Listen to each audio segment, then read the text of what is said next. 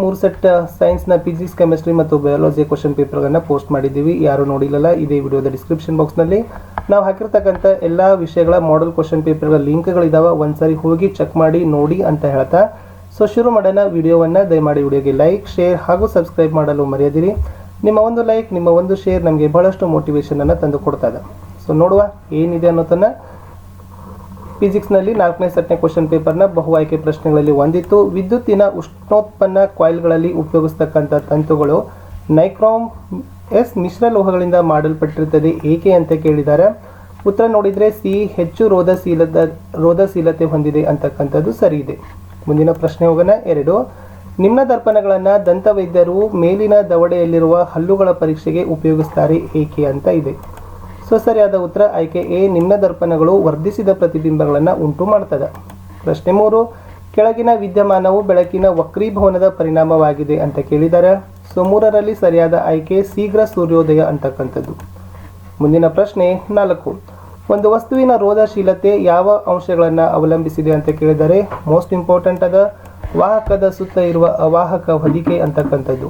ಮುಂದಿನ ಪ್ರಶ್ನೆ, ಗ್ರಹಗಳು ಮಿನುಗುತ್ತಿರುವಂತೆ ಕಾಣೋದಿಲ್ಲ ಏಕೆಂದರೆ ಗ್ರಹಗಳಿಂದ ಬರೋ ಬೆಳಕು ಅಂತ ಕೇಳಿದರೆ ಎ, ಸತತವಾಗಿ ವಕ್ರೀಭವನ ಹೊಂದೋದಿಲ್ಲ ಅಂತಕ್ಕಂಥದ್ದಿದೆ.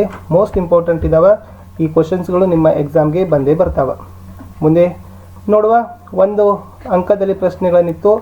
ಒಂದು ವಾಹಕದಲ್ಲಿ 10 ಕೂಲಾಂಬ್ಗಳನ್ನು ಆವೇಶಗಳನ್ನು 5 ಸೆಕೆಂಡಿನಲ್ಲೇ ಹಾಯ್ದು ಹೋದರೆ ವಾಹಕದಲ್ಲಿ ಎಷ್ಟು ವಿದ್ಯುತ್ ಪ್ರವಾಹ ಪ್ರವಹಿಸ್ತದ ಅಂತ 6ನೇ ಪ್ರಶ್ನೆ ಇತ್ತು.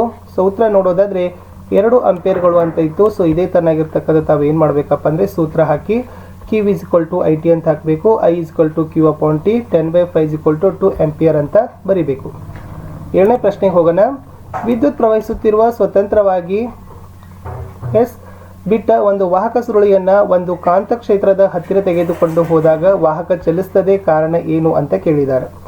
ಸೊ ಉತ್ತರ ನೋಡೋಣ ವಿದ್ಯಾರ್ಥಿಗಳೇ. ಪ್ರಶ್ನೆ 7ರ ಉತ್ತರ ಏನಾಗ್ತದೆ ಅಂತಂದ್ರೆ, ವಿದ್ಯುತ್ ಪ್ರವಹಿಸ್ತಿರ್ತಕ್ಕಂಥ ಒಂದು ವಾಹಕವನ್ನು ಕಾಂತಕ್ಷೇತ್ರದ ಪ್ರಭಾವದಲ್ಲಿ ತೆಗೆದುಕೊಂಡು ಹೋದಾಗ ಅದು ಯಾಂತ್ರಿಕ ಬಲವನ್ನು ಅನುಭವಿಸ್ತದೆ. ಇದನ್ನೇ ಏನಂತ ಕರೀತಾರೆ?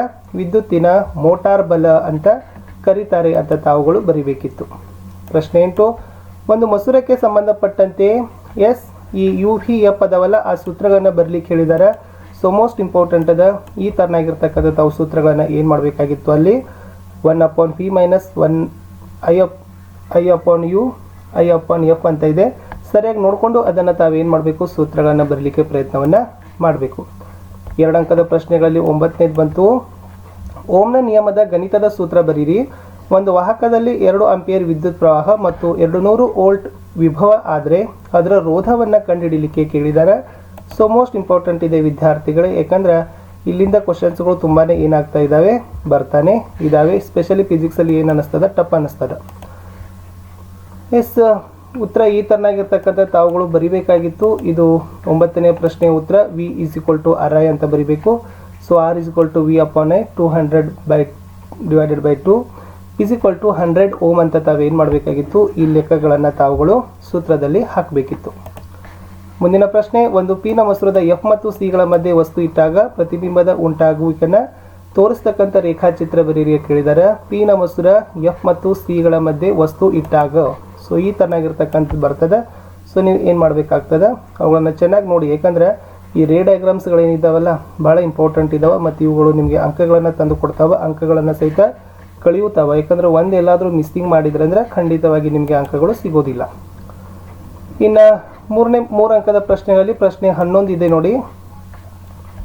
ಎಸ್ ವಿದ್ಯುತ್ ಶಕ್ತಿಯನ್ನು ಒಂದು ಸ್ಥಳದಿಂದ ಇನ್ನೊಂದು ಸ್ಥಳಕ್ಕೆ ಸಾಗಾಣಿಕೆ ಮಾಡಲಿಕ್ಕೆ AC-ಯನ್ನು ಉಪಯೋಗಿಸ್ತಾರೆ.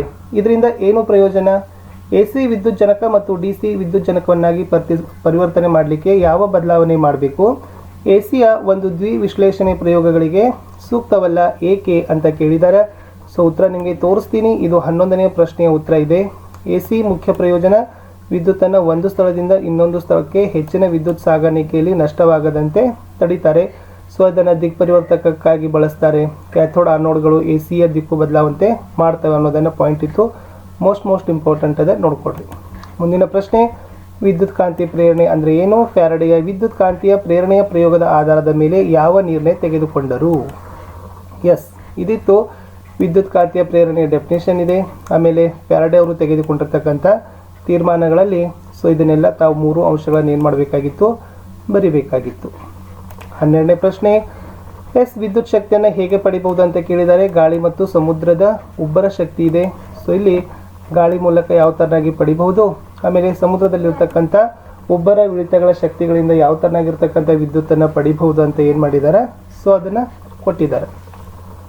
ಅದೇ ಥರ ಆಯ್ಕೆ ಪ್ರಶ್ನೆ ಇದೆ ನೋಡಿ, ಸಂಕ್ಷಿಪ್ತವಾಗಿ ಉತ್ತರಿಸಲಿಕ್ಕೆ ಹೇಳಿದ್ದಾರೆ. ಸಾಗರ ಉಷ್ಣ ಶಕ್ತಿ, ಭೂಗರ್ಭ ಉಷ್ಣ ಶಕ್ತಿ ಇದಿದೆ.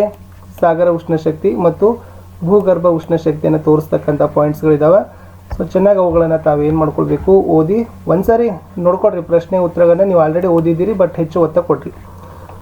13ನೇ ಪ್ರಶ್ನೆಯಲ್ಲಿ ವರ್ಣಪಂಕ್ತಿ ಅಥವಾ ರೋಹಿತ ಅಂದರೆ ಏನು, ಬಿಳಿ ಬಣ್ಣದ ರೋಹಿತದ ಬಣ್ಣಗಳನ್ನು ಒಂದೇ ಕ್ರಮದಲ್ಲಿ ಬರಿಬೇಕು. ಗಾಜಿನ ಪಟಕದ ಮೂಲಕ ಬೆಳಕಿನ ವಕ್ರೀಭವನದ ಕಿರಣಗಳನ್ನು ಸೂಚಿಸ್ತಕ್ಕಂಥ ಕೆಳಗಿನ ಚಿತ್ರಗಳಲ್ಲಿ ವಕ್ರೀಭವನ ಕೋನ, ನಿರ್ಗಮಿತ ಕೋನ, ದಿಕ್ಪಲ್ಲಟ ಕೋನಗಳನ್ನು ತಮಗೆ ಗುರುತಿಸ್ಲಿಕ್ಕೆ ಹೇಳಿದ್ದಾರೆ. 13ರ ಉತ್ತರಗಳನ್ನು ನೋಡುವ.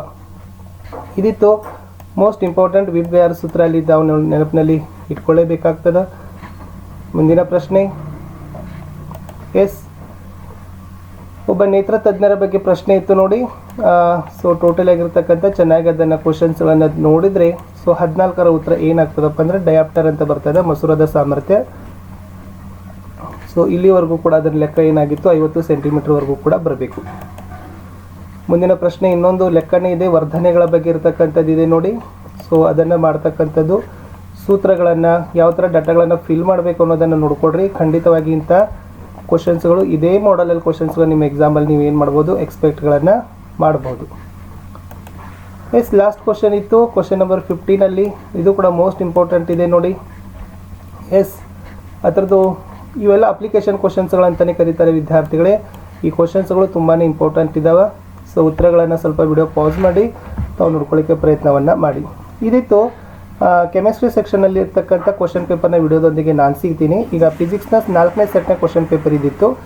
ಸೊ ಬಯೋಲಜಿ ಮತ್ತು ಕೆಮಿಸ್ಟ್ರಿ ಕ್ವಶನ್ ಪೇಪರ್ಗಳನ್ನು ಸಹಿತ ಶಾರ್ಟ್ಲಿಗೆ ಅಪ್ಲೋಡ್ ಮಾಡ್ತೀವಿ ಅಂತ ಹೇಳ್ತಾ, ಸ್ವಲ್ಪ ಕ್ವಶನ್ ಪೇಪರ್ ಟಫ್ ಇದ್ದಾವೆ, ಬಟ್ ಡೋಂಟ್ ವರಿ, ತಾವುಗಳು ಇಷ್ಟು ಪ್ರಾಕ್ಟೀಸ್ ಮಾಡಲೇಬೇಕು. ಯಾಕಂದರೆ 2019ರ ಬ್ಲೂ ಪ್ರಿಂಟ್ ಅಂದರೆ ಡಿಫಿಕಲ್ಟಿ ಲೆವೆಲ್ ಏನಾಗೋದಪ್ಪ ಅಂದರೆ ಹೆಚ್ಚಿದ್ದೇ ಇದೆ.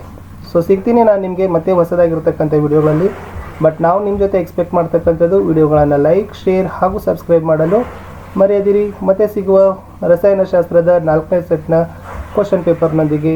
ಬಾಯ್.